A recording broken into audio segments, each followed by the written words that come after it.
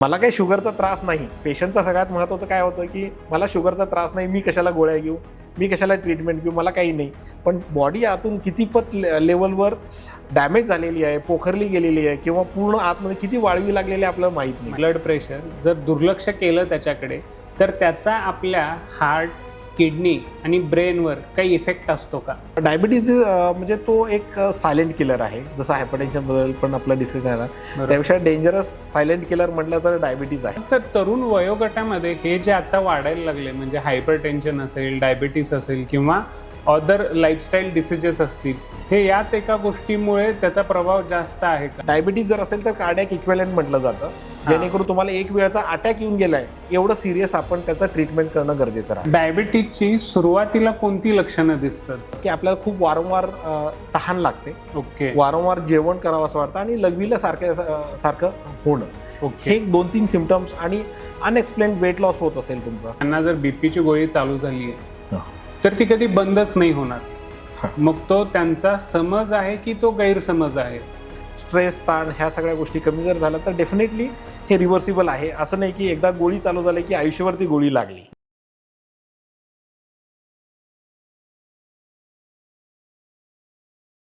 आजच्या या भागात आपण डिटेलमध्ये माहिती जाणून घेणार आहोत.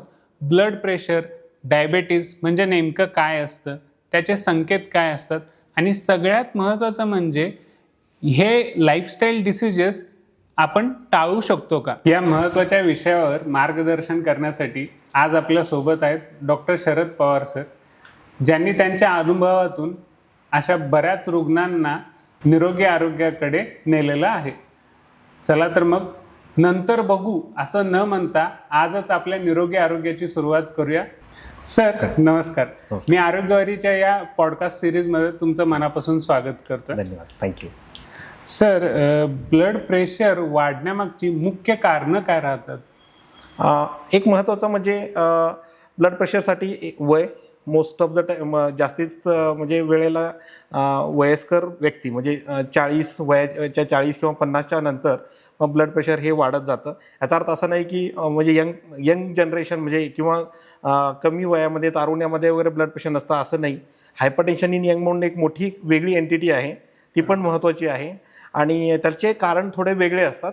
पण मोस्ट ऑफ द म्हणजे जास्तीत जास्त वेळेला शक्यतो ब्लड प्रेशर हे वयाच्या 40-50 जसे आपल्या रक्ताच्या धमन्या वगैरे जाड होत जातात वयानुसार, मग तसं मग ब्लड प्रेशर वाढत जातं आणि ते प्रॉपरली मॉनिटर करणं आणि त्याला प्रॉपरली ट्रीटमेंट देणं हे खूप महत्त्वाचं ठरतं. हा एक वयाचा फॅक्टर झाला. त्याच्यासोबत आपल्याला आहाराचं खूप महत्त्व आहे. आहारामध्ये मीठ हे नॉर्मली 5 ग्रॅमपेक्षा कमी दिवसभरातून 24 तासातून वगैरे घ्यायला पाहिजे. पण भारतीय जेवणाचं कमीत कमी ॲव्हरेज मिठाचं प्रमाण हे 15 ग्रॅमच्या वर आहे पर दिवसाचं कमीत कमी. मग त्यामुळं हा 10 ग्रॅमचा गॅप खूप मोठा होतो आणि आपल्याला ज्या रुचकर चटकर लागतात त्याच्यामध्ये मीठ जास्त पाहिजे असतं. म्हणजे जिभेचे चोचले पुरवणं, ते पुरवण्याच्या ह्याच्यामध्ये आपण विचार करत नाही की आपल्याला ब्लड प्रेशरचा काय किती आणि वेगळ्या प्रमाणे आपल्याला त्याचा इफेक्ट होऊ शकतो. बरोबर. सोडियम म्हणजे सोडियम क्लोराईड म्हणजे मीठ जे आहे ते महत्त्वाचं त्याला कारणीभूत ठरतं. त्याला दुसरा पर्याय सैंधव मीठ किंवा हे वगैरे असे नाही आहेत. सगळ्यामध्ये सोडियम क्लोराईड येतं आणि ते डेफिनेटली शरीरावर परिणाम करतं. म्हणजे ते कमी प्रमाणातच असायला पाहिजे. खूप कमी प्रमाणात असं मी म्हणेन. खूप कमी, कारण आपल्यामध्ये पापड, लोणचे ह्या सगळ्या गोष्टींमधून मीठ प्रमाण हा जास्त घेतला जातो आणि तो नक्की तो सवयीचा भाग आहे. आपण जसं कमी सवयीचं करू तसं त्या पद्धतीनं आपल्याला ते कमी पण लागू शकेल. सर, बीपी वाढल्यावर शरीर काही असे संकेत देते का, की आपल्याला काही मेसेजेस येतात का आपल्या बॉडीमधून, की तो पूर्णपणे विदाऊट कोणत्याच लक्षणांशिवाय असं वाढतच राहतो आपल्या बॉडीमध्ये? नाही, नक्की लक्षणं देतो. म्हणजे अस्वस्थता वाटणे, चिडचिडापणा येणे आणि डोक्याला चक्कर येणे आणि कामाची जी उत्साह असतो उत्साह कमी होणे आणि प्रत्येक वेळा रागराग करणे, झोप व्यवस्थित न येणे, डोकं गरगरणं, छाती धडधड होणे, कधी कधी घाम फुटणे, ह्या सगळ्या गोष्टी ह्या डेफिनेटली म्हणजे बीपी वाढतोय हे आपण साध्या बोलीभाषेत किंवा बोलतात एखादा खूप रागतं काय तुझं बीपी वाढलाय का असं म्हणतो. बरोबर. ठीक आहे. मग त्यावेळेला हे लक्षणं आहेत ते त्याला समरसच आहेत की जेणेकरून असं जर होत असेल तर डेफिनेटली आपण चेक करायला हरकत नाही. आणि ती सिम्पल प्रोसिजर आहे. ओपीडी मध्ये इमिजिएटली म्हणजे एनी जनरल प्रॅक्टिशनर फिजिशियन आपण इमिजिएटली ते चेक करून घेऊ शकतो. सर, जसं तुम्ही म्हटलात एनी जनरल प्रॅक्टिशनर किंवा ओपीडी मध्ये कोणाच्याही जाऊन तुम्ही बीपी चेक करू शकताय. पण आजकाल काय झालं, यंग जनरेशन आता ऑनलाईन सगळ्यांना सगळ्याच गोष्टी बऱ्यापैकी फ्लिपकार्टवर, ॲमेझॉनवर सगळ्याच गोष्टी अवेलेबल झाल्यात. मग आता आजकाल बऱ्याच लोकांच्या घरी सुद्धा बीपी मॉनिटरिंग मशीन आहे, ते मागून घेतात आणि त्यांचे प्रयोग चालू असतात. काही झालं की लगेच बीपीचं मशीन लावायचं, चेक करायचं. ते कितपत बरोबर आहे? एखाद्या वेळेला डॉक्टरांनी जर सजेस्ट केलं असेल की तुम्ही घरी मॉनिटर करा, तर फॉर मॉनिटरिंग पर्पज काही वेळेला ओके आहे. पण त्याच्यावरून डायग्नोज करणं खूप डिफिकल्ट, कारण शेवटी त्याला संबंधित म्हणजे प्रॉपरली जे स्टँडर्डाइज मेथड्स आहेत, गोल्ड स्टँडर्ड जे स्पिग्मोमॅनोमीटर म्हणतो, that is gold standard.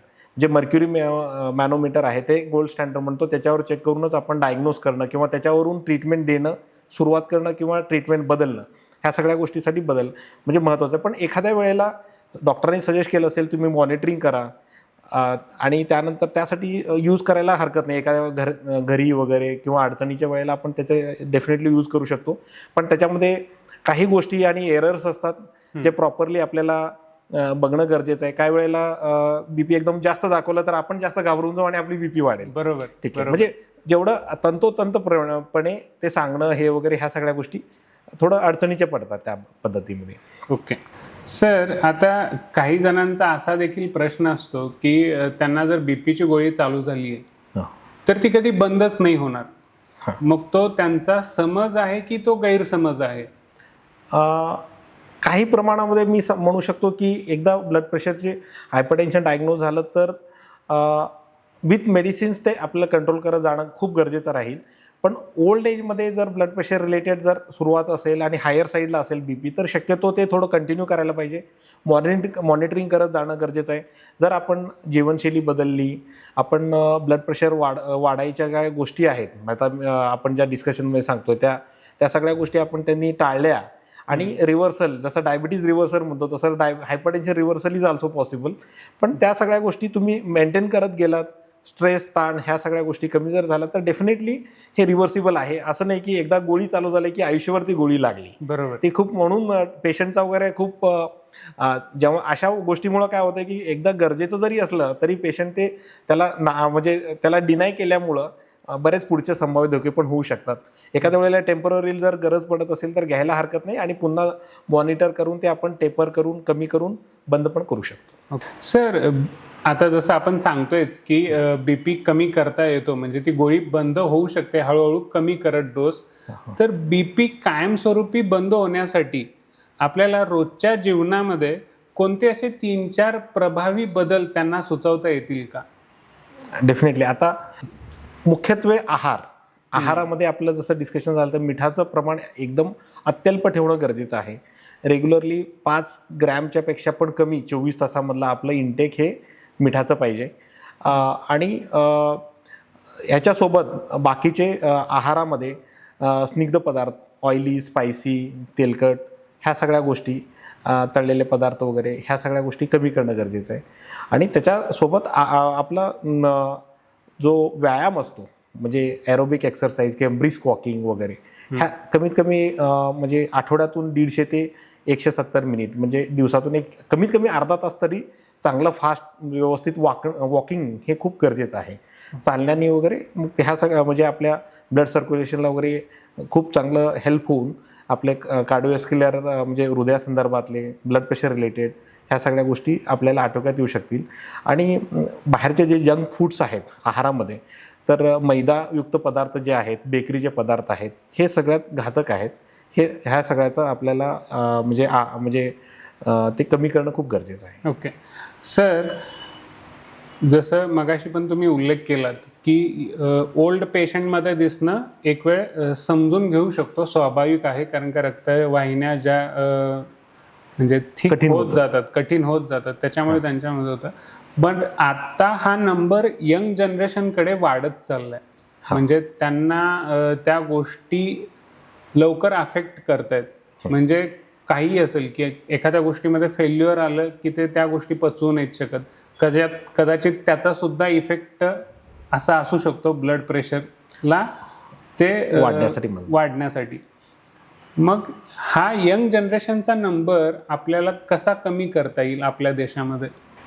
Most importantly young जनरेशनमध्ये जो स्ट्रेस फॅक्टर आहे आणि बदललेली जी जीवनशैली आहे त्यामुळे हायपरटेन्शन म्हणजे हायपरटेन्शनचं प्रमाण खूप, ब्लड प्रेशर वाढणं, ह्या सगळ्या गोष्टी वगैरे होत आहेत.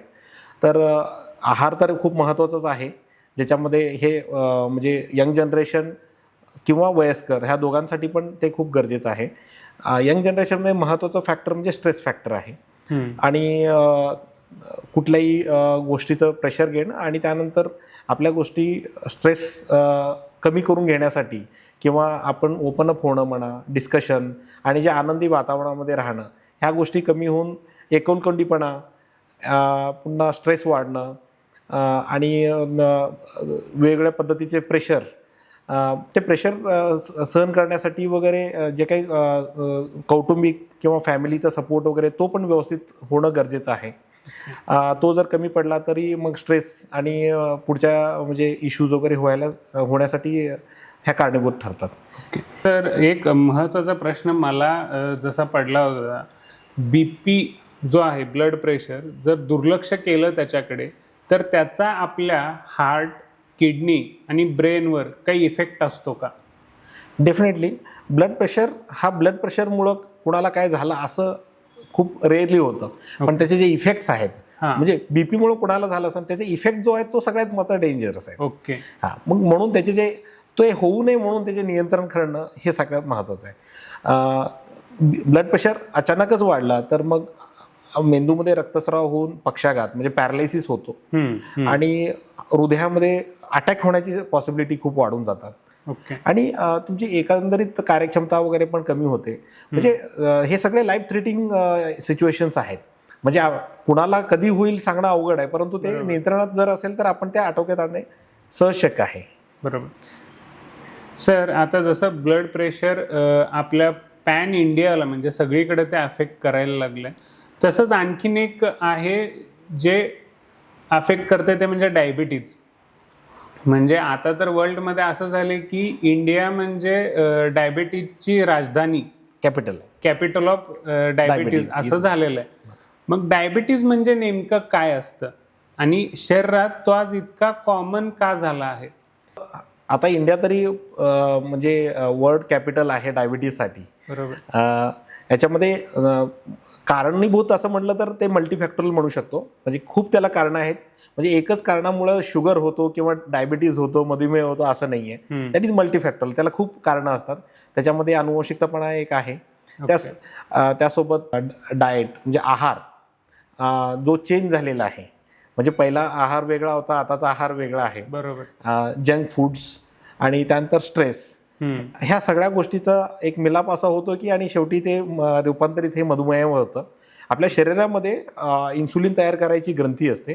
त्यातलं जेव्हा इन्सुलिन कमी होत जातं स्वतः शरीरामध्ये तयार होणं, तेव्हा मग इन्सुलिनचा रेझिस्टन्स तयार होतो बॉडीमध्ये आणि मग तेव्हा डायबिटीज त्याचं रूपांतर डायबिटीजमध्ये होतं. आणि त्याचे डिफरंट म्हणजे स्टेजेस आहेत आणि अकॉर्डिंग टू म्हणजे प्रत्येक स्टेजेस आपण प्रॉपरली त्याला ट्रीटमेंट वगैरे गरजेचं आहे. पण याचा अर्थ असा नाही की हे प्रिव्हेंटेबल नाही आहे. डायबिटीज प्रिव्हेंटेबल आहे. आपलं लाईफस्टाईल प्रॉपर जर ठेवलं तर डेफिनेटली हे प्रिव्हेंटेबल आहे. ओके. सर, जसं गुगलवरती बऱ्यापैकी सर्च केलं जात आहे, त्याच्यामध्ये डायबिटीजचे 2 टाईप दिसतात, टाईप 1 डायबिटीज आणि टाईप 2 डायबिटीज. मग ह्या 2 मध्ये काय बेसिक डिफरन्स आहे? टाईप 1 डायबिटीज जो असतो तो इन्सुलिन डिपेंडंट डायबिटीज पण म्हणतो. ॲक्च्युली तसं जर बघितलं तर डायबिटीजचे 1 नाही 2 नाही टोटल 5 प्रकार आहेत. ओके. पण डेफिनेटली आता आपल्या for discussion purpose type 1 type 2 diabetes sufficient. तर टाईप 1 डायबिटीजमध्ये जेव्हा शरीरातलं इन्सुलिनच तयार होत नाही, इन्सुलिनची पूर्ण म्हणजे लेवल 0 असते आणि त्यावेळेला टाईप 1 डायबिटीज असतो आणि त्या पेशंटला इन्सुलिन डिपेंडेंटच राहावं लागतं, एक्सटर्नली इन्सुलिन घ्यावं लागतं. ओके. आणि टाईप 2 डायबिटीजमध्ये इन्सुलिन आहे परंतु त्याचं रेझिस्टन्स तयार झालेलं आहे, बॉडी ती युटिलाइज करू शकत नाही. म्हणजे ते जे शुगर आहे बॉडीमधली जे ते प्रॉपरली युटिलाइज करून त्याच्यात एनर्जीमध्ये कन्वर्ट करू शकत नाही, त्यावेळेला म्हणजे हे टाईप 2 डायबिटीज हा उद्भवतो. आणि त्याच्यामध्ये सुरुवातीला मेडिसिन्स, टॅबलेट आणि त्यानंतर इन्सुलिन ह्या सगळ्या गोष्टी म्हणजे त्याच्या स्टेजेसनुसार किंवा प्रत्येक पेशंटच्या कस्टमायझेशन किंवा त्याच्या सध्याच्या परिस्थितीनुसार ते ट्रीटमेंट द्यावं लागतं. आणि सुरुवातीच्या फेजमध्ये फक्त आहारावर नियंत्रण करून पण ते डायबिटीजवर नियंत्रण करता येतं. ओके सर, टाईप 1 डायबिटीज जो तुम्ही सांगितलं, मग हा कोणालाही होऊ शकतो का रँडमली? हो, टाईप 1 डायबिटीजमध्ये पण सुद्धा जेव्हा अँटीबॉडीज तयार झालेले असतात बॉडीमध्ये आणि पूर्ण बीटा सेल डिस्ट्रॉय होतात, तेव्हा टाईप 1 डायबिटीज होतो. आणि तो कोणालाही होऊ शकतो, फक्त मोस्ट ऑफ द टाइम तो कमी वयामधला तो डायबिटीज समजला जातो. ओके. आणि टाईप 2 डायबिटीज आहे तो ओल्डर जनरेशन किंवा थोडं वयस्करमध्ये वगैरे सुरुवात होते ते. पण type 1 diabetes most of the time यंगरमध्ये असते आणि कमी वयामध्ये सुरुवातीला डायग्नोस होतं ते. ओके. मग सर, तो जो यंग जनरेशनमध्ये हा टाईप 1 डायबिटीज असतो, तो जेनेटिकली परत त्यांच्या नेक्स्ट जनरेशनला पास होतो का? होऊ शकतो.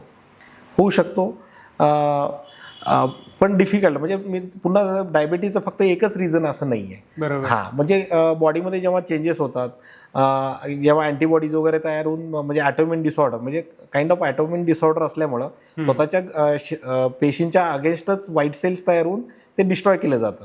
जेव्हा बीटा सेल्स किंवा इन्सुलिन तयार करायचे जे पेशी आहेत त्याच्या विरोधामध्ये जेव्हा अँटीबॉडीज तयार होऊन त्याला ते संपले जातात बीटा सेल्स, तेव्हा मग टाईप 1 डायबिटीज चे प्रमाण वाढतं. मग तो शक्यतो कमी वयामध्ये होतो आणि खूप डिफिकल्ट आहे की तो जनरेशन टू जनरेशन जाईल असं सांगणं. पण मोस्ट ऑफ द टाइम एक प्रिडॉमिनेटली जेनेटिकली पण तो ट्रान्समिट होऊ शकतो. ओके सर, डायबिटीज होण्यामागचं मुख्य कारण आपण लाईफस्टाईल पकडायचं की जेनेटिक्स पकडायचं?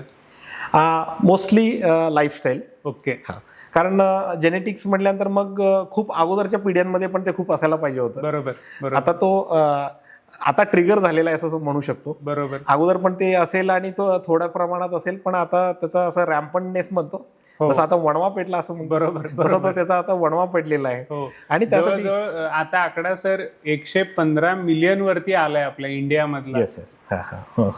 तो खूपच मोठा आकडा आहे. बरोबर. आणि पूर्ण वर्ल्ड आता भारताचीच लोकसंख्या एवढी आहे आणि त्याच्यामध्ये मग कॅपिटल ऑफ द डायबिटीज असं झाल्यामुळं आपल्याला त्याचं पहिल्यापासून नियंत्रण आणि त्यासाठी ज्या काही गोष्टी आपल्याला करावं लागणार आहेत आणि त्याला प्रिडॉमिनेटली एशियन इंडियन फिनोटाईप म्हणून म्हणजे एक टर्म आहे, त्याच्यामुळे डायबिटीजचं पसरण्याचं रिझन हेच आहे. म्हणजे भारतामध्ये जास्त असण्याचं रिझन की एशियन इंडियन फिनोटाईप जो जेनेटिकली आपल्यामध्ये आहे आणि आपला जो इंटेक आहे तो मोस्टली कार्बोहायड्रेट डॉमिनंट आपलं जेवण असतं. बरोबर. ज्याच्यामध्ये कार्बोदके आपण जास्त घेतो. मग त्याचा तो इफेक्ट असा आहे की आपण त्याला प्रोन होतो, डायबिटीजसाठी प्रोन होऊन जातो. ओके सर, डायबिटीजची सुरुवातीला कोणती लक्षणं दिसतात? डायबिटीज मध्ये मोस्टली पॉलिफेजिया, पॉलिडिप्सिया असे म्हणजे टर्म जे होतात की आपल्याला खूप वारंवार तहान लागते. ओके. वारंवार जेवण करावं असं वाटतं आणि लघवीला सारखं होणं. हे 2-3 सिम्पटम्स. आणि अनएक्सप्लेन्ड वेट लॉस होत असेल तुमचं, अचानकच वजन कमी होतंय, त्याला रिझन नाही, तुम्ही खूप काही एक्सरसाइज किंवा काय करत नाही तरी पण आपलं वजन कमी होतंय, असं वगैरे जर लक्षणं तुमच्यामध्ये आढळत असतील तर डेफिनेटली आपण शुगर म्हणजे ब्लड शुगर जी आहे ती टेस्ट म्हणजे डॉक्टरांच्या सल्ल्याने तुम्ही करायला पाहिजे. आणि सर, आता जसं टेस्ट बद्दल आपण बोलतोय तर आयडियली जरी एखादा हेल्दी पर्सन असेल तरी त्यांनी ब्लड शुगर वयाच्या कितव्या वर्षी पहिल्यांदा चेक करणं गरजेचं आहे? कमीत कमी वर्षातून एकदा तरी वयाच्या 15-20 नंतर करायलाच पाहिजे. वार्षिक. हा. आणि त्यानंतर वयाच्या 30 नंतर ॲटलिस्ट 6 महिने तरी 6 मंथ वन्स असं करणं गरजेचं आहे. आणि वयाच्या 50च्या नंतर दर 3 महिन्याला तरी चेक करणं गरजेचं आहे. ओके सर, काही लोकांमध्ये लक्षणं न दिसता पण डायबिटीज डायग्नोस होतोय, मग ते कसं काय? इमिजिएटली लक्षणं असतीलच असं नाही आहे किंवा ते बॉडी कॅचअप करू शकत नाही. ओके. किंवा असतील पण ते सामान्य लक्षणं असं करून त्याच्याकडे दुर्लक्ष पण होऊ शकतं. बरोबर. मग आपण तेवढं आयडेंटिफाय करतो की नाही, म्हणजे पेशंटला ते लक्षणं किंवा साईन सिम्पटम्स काहीतरी तो कॅच करायची पॉसिबिलिटी आहे नाही आहे.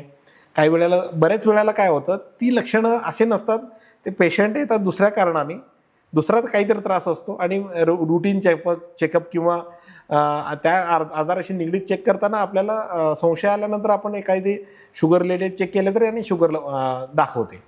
मग असं पर्टिक्युलरली प्रत्येक पेशंटमध्ये त्याचे लक्षणं असतीलच असं सांगता येणार नाही, पण अशी जर लक्षणं असेल तर डेफिनेटली लवकर चेक करणं गरजेचं आहे. सर, आता जेव्हा गुगलवरती वगैरे, आजकालचं सगळे जनरेशन गुगलवरती आहे सर, मग जेव्हा गुगलवरती जातात तेव्हा तिथे HbA1c, फास्टिंग शुगर, हे असे टर्म्स त्यांना ऐकायला मिळतात. मग त्याचा सोप्या भाषेत आपल्याला त्यांना अर्थ सांगता येईल का? मोस्ट इम्पॉर्टंटली महत्त्वाचं म्हणजे डायबिटीज, मधुमेहासाठी ब्लड शुगर जी आहे ती वन ऑफ द गुड, म्हणजे त्या पद्धतीनं आपण चेक करू शकतो. म्हणजे जेवणापूर्वीची साखर आणि जेवल्यानंतर 1.5 तासाची जी साखर चेक करतो, फास्टिंग आणि post prandial. Most of the time याच्यावर आपलं डायग्नोसिस सेट होतं. रॅन्डम शुगर जरी आपण अचानकच मध्यंतरी जरी चेक केलं, रॅन्डम शुगर म्हणतो त्याला, ती पण जर 200च्या वर वगैरे असेल तरी पण आपण डायग्नोसिस डायबिटीजचं करू शकतो. आता दुसरे पॅरामीटर्स आहेत जे HbA1c, म्हणजे शरीरामध्ये जेव्हा शुगर जास्त असते तेव्हा ती आपल्या हेमोग्लोबिन, म्हणजे ग्लायकेटेड हिमोग्लोबिन, म्हणजे नॉर्मल हेमोग्लोबिन ते ग्लायकेटेडमध्ये चेंज होतं आणि नॉर्मली त्याच्यापेक्षा, म्हणजे नॉर्मल जे 6.4 त्याच्यापेक्षा जर जास्त होत असेल HbA1c तर डेफिनेट आपण त्याच्यामध्ये मग डायग्नोसिस करतो डायबिटीजचं. ओके. ते म्हणजे ग्लायकेटेड हिमोग्लोबिन हे चेक केलं जातं, HbA1c म्हणजे ग्लायकेटेड हिमोग्लोबिन. सर, आता डायबिटीजमध्ये मेडिसिन सोबतच लाईफस्टाईलमध्ये आपण कोणते बदल त्यांना सांगू शकतो ज्याच्यामुळे त्यांचा डायबिटीज थोडा तरी कंट्रोलमध्ये येईल? जसं तुम्ही सांगितलं की फूड एक मोठं कारण आहे. नाही, मेडिसिन हा तिसरा नंबर म्हणेन मी. ओके. सगळ्यात महत्वाचं म्हणजे आहार आणि व्यायाम. ओके. आता डायबिटीज डायग्नोज झाली इमिजिएटली तुम्ही गोळी चालू करा असं नाहीये. First we should think about the diet and exercise. Okay. आणि सुरुवात असेल किंवा इनिशियल स्टेजेस असतील तर डायबिटीज रिव्हर्सल पण होऊ शकतं. असं नाही की तुम्हाला डायबिटीज झाला तर ते लाईफ लॉंग आहे. That is a reversal is also possible. आहार आणि व्यायाम ह्या सगळ्या गोष्टी प्रॉपरली तंतोतंत पाळल्या आणि त्याच्यासोबत म्हणजे प्रॉपर ट्रीटमेंट घेतलं तर डेफिनेटली रिव्हर्सल होऊ शकतं. पण ते it depends upon the stages. जेव्हा पूर्णच बीटा सेल एक्झॉस्ट झालेले आहेत, शरीरात इन्सुलिनच तयार होऊ शकत नाही आहे, आपल्याला बाहेरूनच घ्यावं लागतं, अशा वेळेला रिव्हर्सल पॉसिबल होऊ शकत नाही. पण त्याच्या अर्लियर फेजेसमध्ये डेफिनेटली पॉसिबल होऊ शकतं. म्हणजे याच्यामध्ये पेशंट काउन्सिलिंग पण गरजेचं आहे. खूप महत्त्वाचं आहे. पेशंट काउन्सिलिंगच खूप महत्त्वाचं आहे. आणि सेल्फ डायग्नोसिस करण्यापेक्षा तज्ज्ञांकडून डायग्नोसिस आणि प्रॉपरली ट्रीटमेंट हे खूप महत्त्वाचं आहे. खूप महत्त्वाचं आहे. सर, डायबिटीज जर कंट्रोलमध्ये नसेल तर आपल्या बॉडीमध्ये कोणते कोणते side effects, major side effects दिसतात? डायबिटीज म्हणजे तो एक सायलेंट किलर आहे. जसं हायपरटेन्शन बद्दल पण आपलं डिस्कशन झालं, त्यापेक्षा डेंजरस सायलेंट किलर म्हटलं तर डायबिटीज आहे. जोपर्यंत तो आतून असा पोखरतो बॉडी की आपल्याला त्याचे इफेक्ट आतले समजत नाही तोपर्यंत आपल्याला माहित पडत नाही. म्हणजे लाकडाला जसं आतमध्ये वाळवी लागती, बाहेरून लाकूड खूप चांगलं आहे, खूप चांगलं वरून दिसतो, पण आतून किडनी डॅमेज झालेले आहेत, डोळे खराब झालेले आहेत, दृष्टी कमी झालेली आहे, हृदयाचे म्हणजे इफेक्ट, म्हणजे हार्ट अटॅकचं लक्षणं किंवा त्या स्टेजमध्ये पेशंट गेलेला आहे. आणि अशा भरपूर प्रॉब्लेम्स होतात. म्हणजे मोस्टली आपण ज्या गोष्टीकडे सिरियस असतो त्या म्हणजे हृदयाचे. डायबिटीज जर असेल तर कार्डियाक इक्विव्हॅलंट म्हटलं जातं, जेणेकरून तुम्हाला एक वेळचा अटॅक येऊन गेलाय एवढं सिरियस आपण त्याचं ट्रीटमेंट करणं गरजेचं राहतं. आणि त्याच्यासोबत त्याच्याबरोबर पेशंटला पक्षाघात किंवा पॅरालिसिस होण्याची पॉसिबिलिटी वाढते. आणि त्यानंतर रक्तवाहिनीचे जे आजार आहेत, रक्तवाहिनीचे ब्लॉकेजचे होणे, जसं हृदयाचे रक्तवाहिनी ब्लॉकेज होते तसे पूर्ण शरीराच्या रक्तवाहिन्या ह्या सेमच असतात. तिथंही कोलेस्ट्रॉल डिपॉझिट होऊन ब्लॉकेज होण्याची शक्यता असते. म्हणून पायाकडचे रक्त कमी होणं, तिथं गँग्रीन होणं किंवा जखम होण्याची बरंच होत नाहीये. बरोबर. आणि नसांच्यावर इफेक्ट होतो, जे आपले जे नॉर्मल नर्व्स आहेत, नसा आहेत, त्याच्यावर पण इफेक्ट होतो आणि आपले जे सेन्सेशन आहे ते कमी होतं. आणि त्यामुळे बाकीचे आजार वगैरे किंवा मोठे भेगा पडणे, जखम होणे जी न बरी होणे आणि त्याला पुढे ऑपरेशन करणं किंवा अशा वगैरे गोष्टीमध्ये पेशंट जाऊ शकतं. म्हणजे त्याचे इफेक्ट खूप डेडली आहेत, आपण विचारही करू शकत नाही एवढे डेडली आहेत.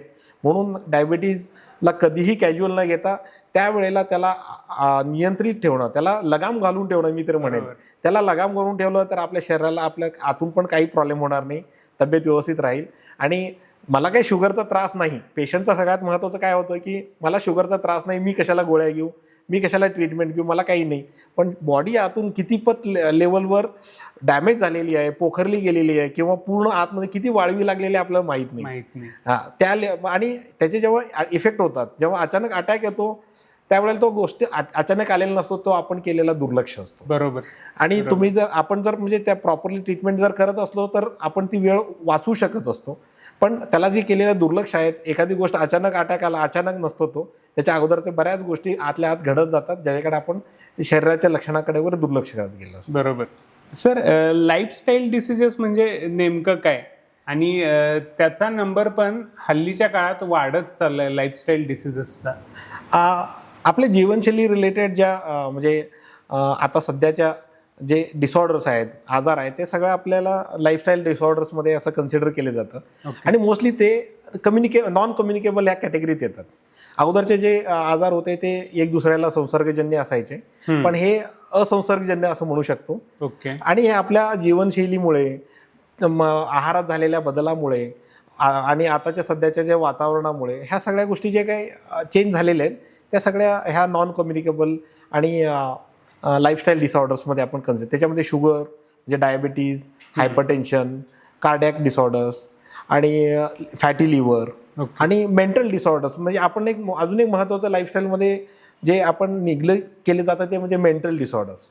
म्हणजे स्ट्रेस रिलेटेड गोष्टी वगैरे होऊन आपल्या म्हणजे टोटल म्हणजे मानसिकता पण चेंज झालेली आहे. आणि त्यामुळे स्ट्रेस हँडलिंग न झाल्यामुळं आपली शरीराची म्हणजे जी इफिशियन्सी आहे, आपले जे आरोग्य आहे, जसं शारीरिक आरोग्य आहे तेवढंच महत्त्वाचं म्हणजे मानसिक आरोग्य आहे. बरोबर. आणि त्या मानसिक आरोग्याकडे पण आपण भरपूर दुर्लक्ष करतो. आणि आपल्याला काय त्रास होत असेल तर मग त्या गोष्टी आपण न सांगणं, त्याच्याबद्दल ट्रीटमेंट न घेणं. प्रत्येक वेळेला ट्रीटमेंट म्हणजे गोळ्यातूनच मिळेल असं नाहीये. तुम्ही डॉक्टरांना जाऊन बोललात, 2 गोष्टी सांगितलं, माझा त्रास आहे, तेवढं ओपन अप जरी झाला तरी तुमचं रिलीफ होतं. मग त्या गोष्टीकडे पण डेफिनेटली आपण लक्ष द्यायला पाहिजे. आणि हा पण सगळ्या लाईफस्टाईल डिसऑर्डर्समध्येच कन्सिडर केलं जातं. म्हणजे खूप कॅज्युअली असं बोलून जातात, अरे नाही रे डिप्रेशन आले मला, अरे नाही मला जरा अँझायटी फील होतीये. हे सगळे मेंटल डिसऑर्डर्स आहेत, पण ते दुर्लक्ष केलं जातं ह्या यंग जनरेशन कडून. हो डेफिनेटली त्याच्याकडे प्रॉपरली म्हणजे लक्ष देणं आणि ज्या त्या वेळेलाच त्याला ट्रीटमेंट करणं. आणि त्याला भरपूर म्हणजे ट्रीटमेंट जसं मी म्हटलं की फक्त मेडिकेशन नाही, तर त्यांना प्रॉपर काउन्सिलिंग, टॉकिंग आणि फॉलोअप सेशन्स असं वगैरे करून पण आपल्याला डेफिनेटली त्याच्यामध्ये सपोर्ट करता येतं. आणि फक्त डॉक्टरांचाच नाही, याच्यामध्ये परिवाराचा, आजूबाजूला असलेल्या मित्रांचा, सगळ्यांचा सहभाग पॉझिटिव्हली असणं खूप गरजेचं आहे. ओके सर, आपली डेली शेड्यूलमधल्या कोणत्या सवयी आहेत ज्या जास्त आपल्यासाठी धोकादायक असतात? आपल्या शरीरासाठी सगळ्यात महत्त्वाचा असतो तो म्हणजे झोप. आणि आजच्या पिढीमध्ये अगोदर कसं असायचं की अंग मेहनत खूप असायची, अंग मेहनत झाली की झोप ऑटोमॅटिक यायची. बरोबर. आता अंग मेहनत नसल्यामुळं सेडेंटरी लाईफस्टाईल आहे. आणि व्यायामाकडे किती लक्ष होतं, किती दुर्लक्ष होतं ते आपल्यालाच माहीत असतं. तर अशा कंडिशनमध्ये मेनली जेव्हा जेव्हा मग स्लीपवर डेफिनेटली परिणाम होतो. आपली झोप जी आहे ती क्वालिटी जी झोप असते ती हॅम्पर होऊन जाते. आणि आजकालचे जे गॅजेट्स आहेत म्हणजे मोबाईल, बाकी ह्या सगळ्या गॅजेट्स आणि सोशल मीडिया ह्याच्यामुळं म्हणजे जो अगोदर म्हणजे अंधार पडला थोड्या वेळानंतर झोप हे व्हायची, पण आता ह्या डिजिटल ह्याच्यामुळे, गॅजेट्समुळे वगैरे म्हणजे जी झोपायची टायमिंग आहे ते पुढे ढकलत 11-12च्या नंतर जाते. अर्ली मॉर्निंग कोणी उठत नाही, मग लेट उठताना पण ती काही क्वालिटी झोप होत नाही.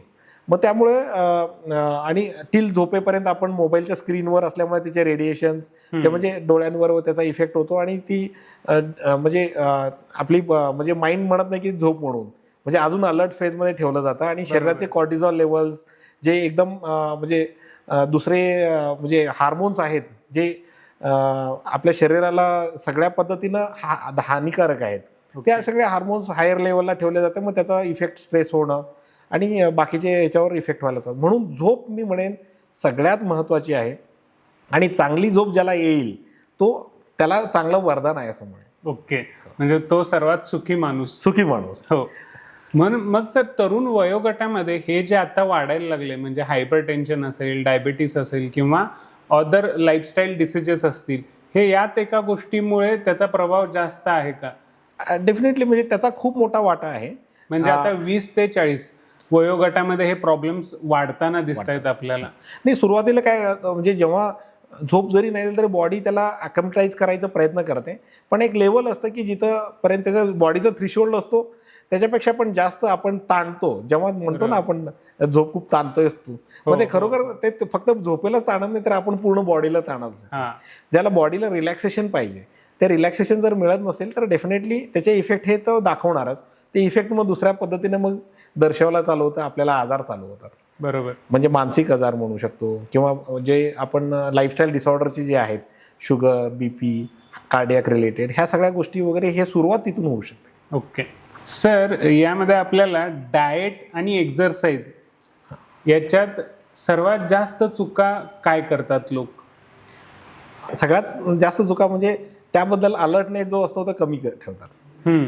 अलर्ट राहत नाही किंवा आपल्याला हे करायचं आहे. ओके. किंवा एखाद्या वेळेला कोणी जर पंपअप जरी झालं, सुरुवातीला थोडे दिवस करेल आणि पुन्हा नंतर ना त्याच्या, हे आपली लाईफस्टाईल रिलेटेड गोष्टी आहेत आणि तो आपल्या सवयीचा भाग ठेवायला पाहिजे. बरोबर. म्हणजे ते असं नाही की थोडे दिवस केलं म्हणजे तो पार्ट टाइम केला असं नाहीये, तो फुल टाइम पण नाहीये, तो लाईफ टाइम करायचा. लाईफ टाइम करायचं. ओके. मग त्यामुळे आपलं डाएट आणि एक्सरसाइज ह्या असं कोणी सांगितलं किंवा ह्याच्या मी आता फॉलो करतोय म्हणून आता थोडे दिवस केला आणि सोडला असं नाहीये. तर आपला तो जीवनाचाच भाग आहे. ओके. आपल्याला महत्वाचं म्हणजे कर्बोदके, आपले कार्बोहायड्रेट कमी करणे आहे, स्निग्ध पदार्थ नको आहेत, प्रोटीन वाढवणं आहे आणि जे महत्वाचे घटक आहेत म्हणजे विटॅमिन्स रिच असलेले फ्रूट्स वगैरे हे घेणं, हे सगळं डेली डे टू डे बेसिसवर आहारामध्ये ते होणं गरजेचं आहे. आणि जे शरीराला घातक आहेत, जे असं वाईट रिलेटेड म्हणजे 2-3 वाईट थिंग्स आहेत. एक म्हणजे मैदा, बरोबर, साखर, मीठ, जे वाईट आहेत 2003 म्हणजे ते जास्त वाईट जे दिसतात ते थोडं बाजूला सारणं, अवॉइड करणं आणि बाकीचे हेल्दी डाएट, हेल्दी फ्रूट्स म्हणा किंवा आपल्या जसं सांगितलं की तुम्हाला प्रथिनांचं म्हणजे प्रोटीन्स वाढवणं, कार्बोहायड्रेट्स आणि ऑइली, स्पायसी हे स्निग्ध पदार्थ वगैरे कमी करणं, हे खूप महत्त्वाचं आहे. सर, लाईफस्टाईल बदलून हे आजार टाळता किंवा रिव्हर्स करता येतात का? आणि जर ते करायचं असेल तर आपल्या प्रेक्षकांनी ती सुरुवात कशी करावी? डेफिनेटली, आता जसं आपण सांगितलं की लाईफस्टाईल मॉडिफिकेशन खूप महत्त्वाचं आहे. त्याच्यात आहार आणि एक्सरसाइज खूप महत्त्वाचं आहे. कमीत कमी 150 मिनिटाच्या वर आठवड्यातून तरी आपलं एक्सरसाइज होणं गरजेचं आहे. आणि आहारामध्ये कंटिन्युअसमध्ये आपण वॉचफुल राहणं, आपल्याकडून म्हणजे असं काही गोष्टी जे शरीराला हानिकारक आहेत ते खाणं, आपण आपल्या शरीरांनी म्हणजे देवानी चांगली दिलेली दिलेलं जे शरीर आहे त्याला जोपासणं हे आपलं कर्तव्य आहे. आणि आपण इतर काही ज्या आपल्या फक्त आवडतं ह्याच्यापेक्षा आपल्या शरीराला काय चांगलं आहे हे डिसाईड करून आपण त्याचा आहारामध्ये म्हणजे समाविष्ट करणं गरजेचं आहे. सर, मला आणखीन एक विचारायचं होतं की आता ओव्हर द काउंटर जे मेडिकलमध्ये जे मेडिसिन्सचा दुरुपयोग होत चाललाय तो आपल्या भारतामध्ये कसा थांबवता येईल किंवा त्याच्यामुळे सुद्धा काही प्रमाणात लोकांचं शरीरवरती हार्मफुल इफेक्ट्स होत आहेत का? म्हणजे लोक लेमन गोळ्या खाल्ल्यासारखं पॅरासिटामॉल खात आहेत, बरं, त्याचा काय इफेक्ट ते कधी विचारच करत नाही आहेत. नाही, नक्की कुठलेही जे मेडिसिन्स आहेत हे डॉक्टरांच्या किंवा तज्ज्ञांच्या मार्गदर्शनाखाली होणं गरजेचं राहील. कारण कसं आहे की जिथं आपण स्पीड ब्रेकर देऊ शकत नाही तिथं अडचण होतेच. बरोबर. आणि जेव्हा तुम्हाला इमिजिएटली जे अवेलेबल होत असेल तर त्याचा अपव्यय होणारच किंवा त्याचं जास्त प्रमाणात सेवन होणारच. आणि त्याचे जे इफेक्ट्स आहेत ते आपल्याला समजून येत नाही.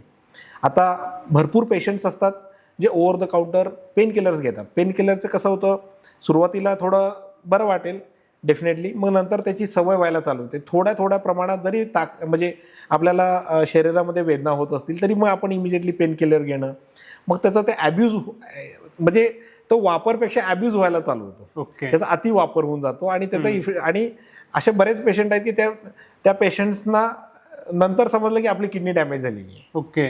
मग आणि ते पण इमिजिएटली म्हणजे त्यांना लक्षणं पण असतात, चेक केलं किडनीचं काम कमी झालेलं आहे, वर्क कमी झालेलं आहे, असं ह्या पद्धतीचं डायग्नोस होतं आणि तेव्हा आपण रिव्हर्स करू शकत नाही. गेलेला वेळ असतो तेव्हा काही करू शकत नाही.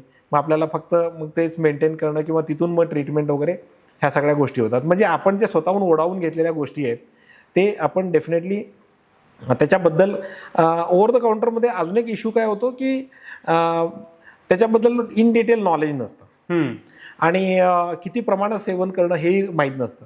म्हणजे दिवसातून किती वेळा घ्यायचं आहे, कधी घ्यायचं आहे आणि काय म्हणजे एकदा सवय लागल्यासारखं घेणं, त्याच्यामुळं डेफिनेटली ते बॉडीवर परिणाम होतो आणि शेवटी आपण अशा स्टेजला पोहोचतो की जिथून आपण रिव्हर्स येऊ शकत नाही. बरोबर. आणि सर आता अजून एक, जसं ओव्हर द काउंटर मेडिसिन हा एक धोकादायक प्रकार चालू आहे, तसंच गुगल डॉक्टर हा सुद्धा एक धोकादायक प्रकार आहे का?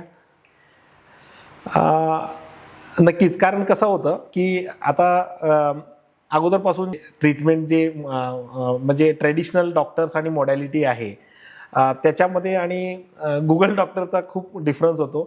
कारण तुम्ही आपण जे काही सिम्पटम्स टाकले म्हणजे गुगलमध्ये, त्याचे सिम्पलपासून ते कॉम्प्लेक्स ह्या सगळ्या पद्धतीचे त्याचे डायग्नोसिस किंवा ट्रीटमेंट पार्ट वगैरे सगळे होतात आणि बऱ्याच वेळेला ते कॉम्प्लेक्स पार्ट पण ते डोक्यामध्ये माइंडमध्ये सेट होतात आणि बऱ्याच वेळा ते माइंडमध्ये सेट झालेलं जेव्हा ते डॉक्टरांकडे येतात आणि त्यामध्ये मला हे झालंय असं सांगितलं तर ते डोक्यातून काढण्यासाठी दुसरा आजार झालेला असतो. बरोबर. ते डोक्यातून काढणं म्हणजे पहिल्या आजारापेक्षा डोक्यातून काढणं हा मोठा आजार आहे. म्हणजे डॉक्टरांची डोक्यात तुम्ही विचार करा की पहिल्यांदा आला असता तर तो पेशंट इझी असला असता, आता तो आलेला आहे तो पेशंट कॉम्प्लेक्स पेशंट, त्याला खूप मोठ्या प्रमाणावर ते डोक्यात जे बसलेलं आहे ते काढणं पहिल्यांदा आहे. मग त्यानंतर कारण कसं असतं की त्या याच्या म्हणजे AI जरी असलं किंवा गुगल जरी असलं तर त्याला बाकीच्या गोष्टी आणि फिजिकल म्हणजे ते पेशंटचं एक्झामिनेशन आहे आणि त्या पेशंटला कसं कन्व्हे करायचं आहे ते माहीत नाही आहे. आता एखाद्या पेशंटला सिरियसमधलं सिरियस जरी डिसऑर्डर असला, आजार जरी असला तरी ते डॉक्टरांना माहीत असतं की त्यांना कसं सांगायचं.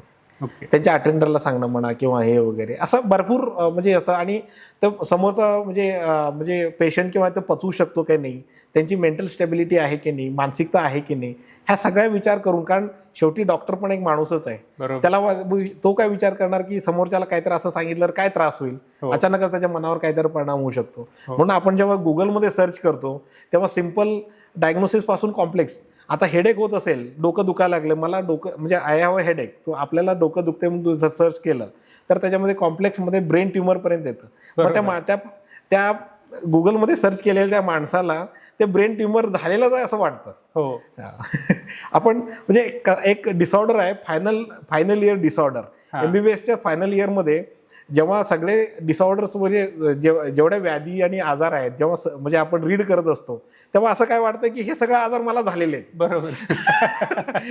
बिकॉज म्हणजे अजून जेव्हा फायनल इयरमध्ये प्रॅक्टिकल नॉलेज कमी पण थेरॉटिकल नॉलेज जास्त असतं.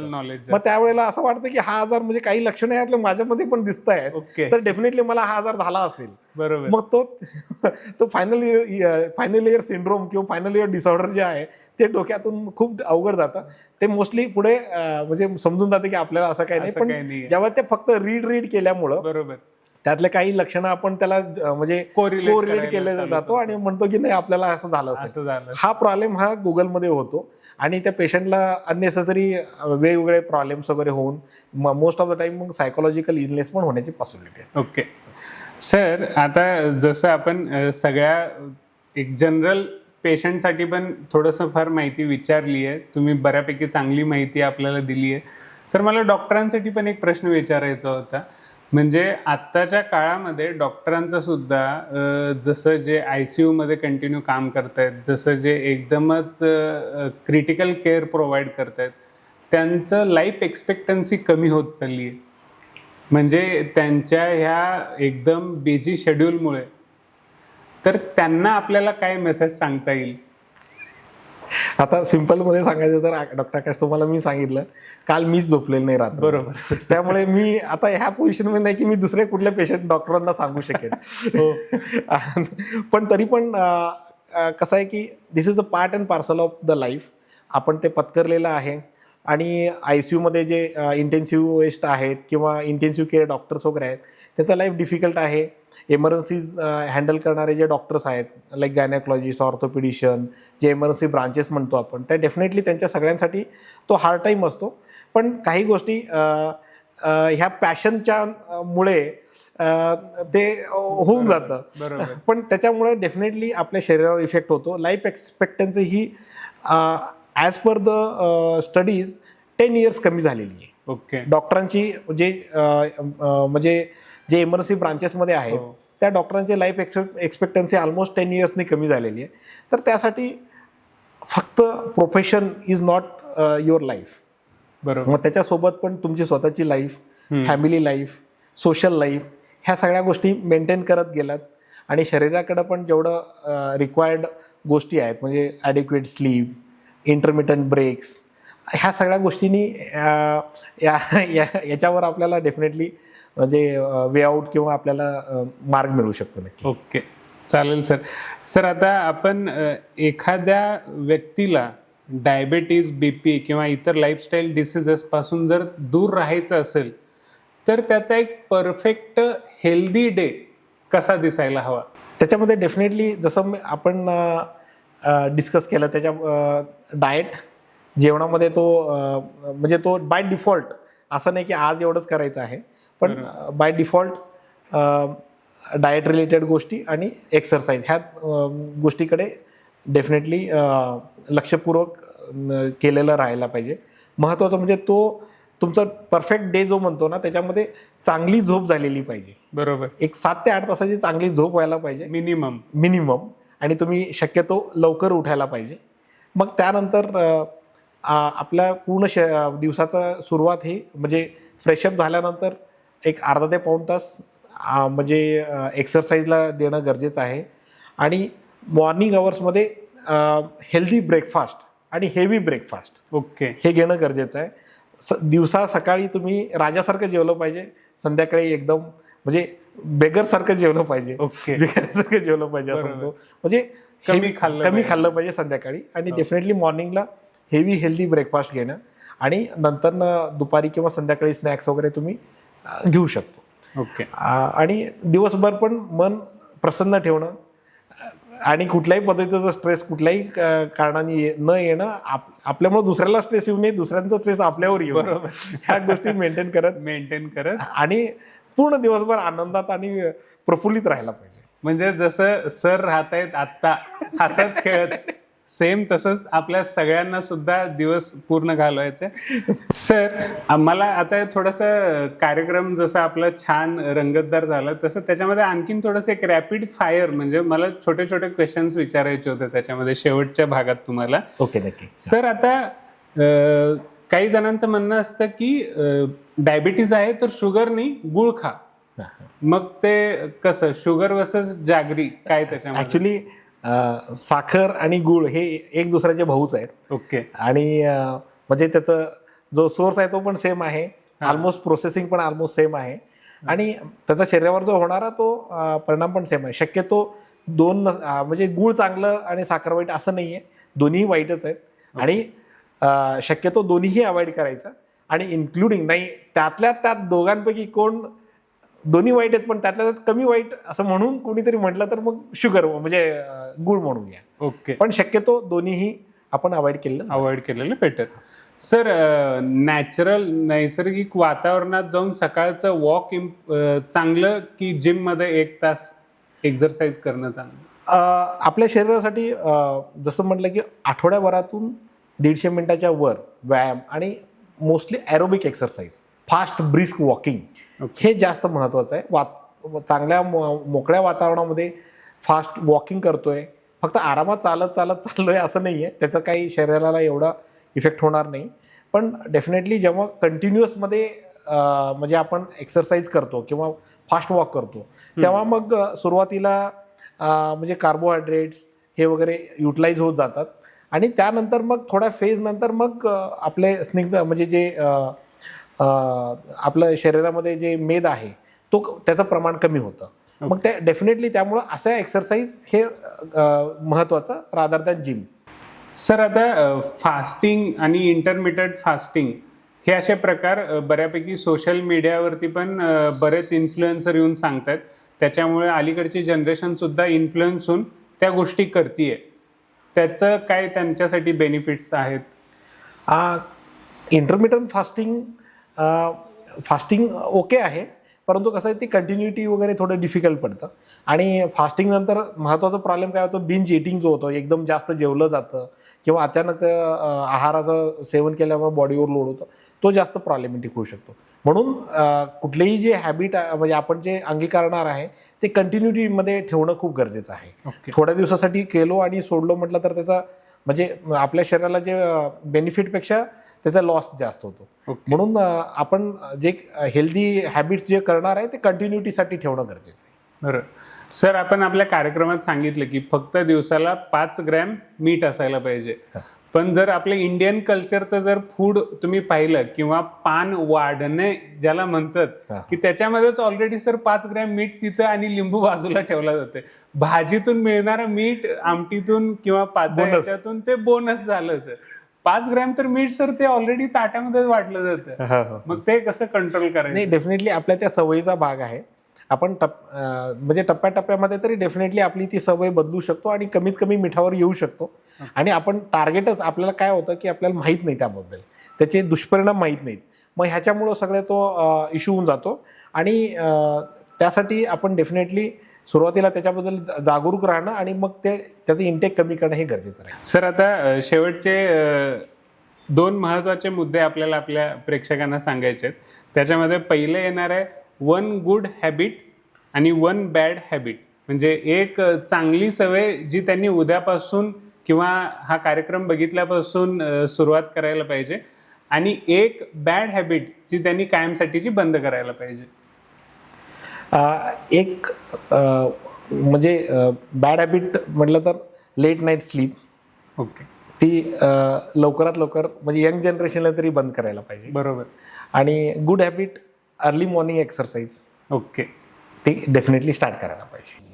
आजच्या या भागातून आपण समजून घेतलं डायबेटीज, ब्लड शुगर आणि इतर लाईफस्टाईल डिसीज हे एका दिवसात होणारे आजार नाही आहेत. आणि या आजारांवरती मात्र आपण व्यवस्थित काळजीपूर्वक उपचार घेतले, वेळेवरती निदान केलं आणि आपल्या दैनंदिन आयुष्यामध्ये पुरेशी झोप घेतली, स्ट्रेसवरती नियंत्रण ठेवलं तर या आजारांना आपण बळीसुद्धा नाही पडणार. सर, तुम्ही आजच्या या विषयावरती आम्हाला खूप छान पद्धतीनं मार्गदर्शन केलं, त्यासाठी मी तुमचं मनापासून आभार मानतो. आणि प्रेक्षकांना तुम्हाला हा आजचा भाग आपला आरोग्यवारीचा कसा वाटला आम्हाला जरूर कळवा. आजच्या या भागातून तुम्हाला काही महत्त्वाच्या गोष्टी वाटल्या जे तुमच्या कुटुंबासाठी किंवा तुमच्या मित्रांसाठी महत्त्वाचे असतील तर त्यांच्यासोबत नक्की शेअर करा. विसरू नका, तुमचं एक शेअर कोणाचं तरी आरोग्य सुधारू शकतं. आरोग्यवारीच्या पुढच्या भागामध्ये आपण लवकरच भेटूयात. तोपर्यंत स्वतःची काळजी घ्या, निरोगी राहा. नमस्कार.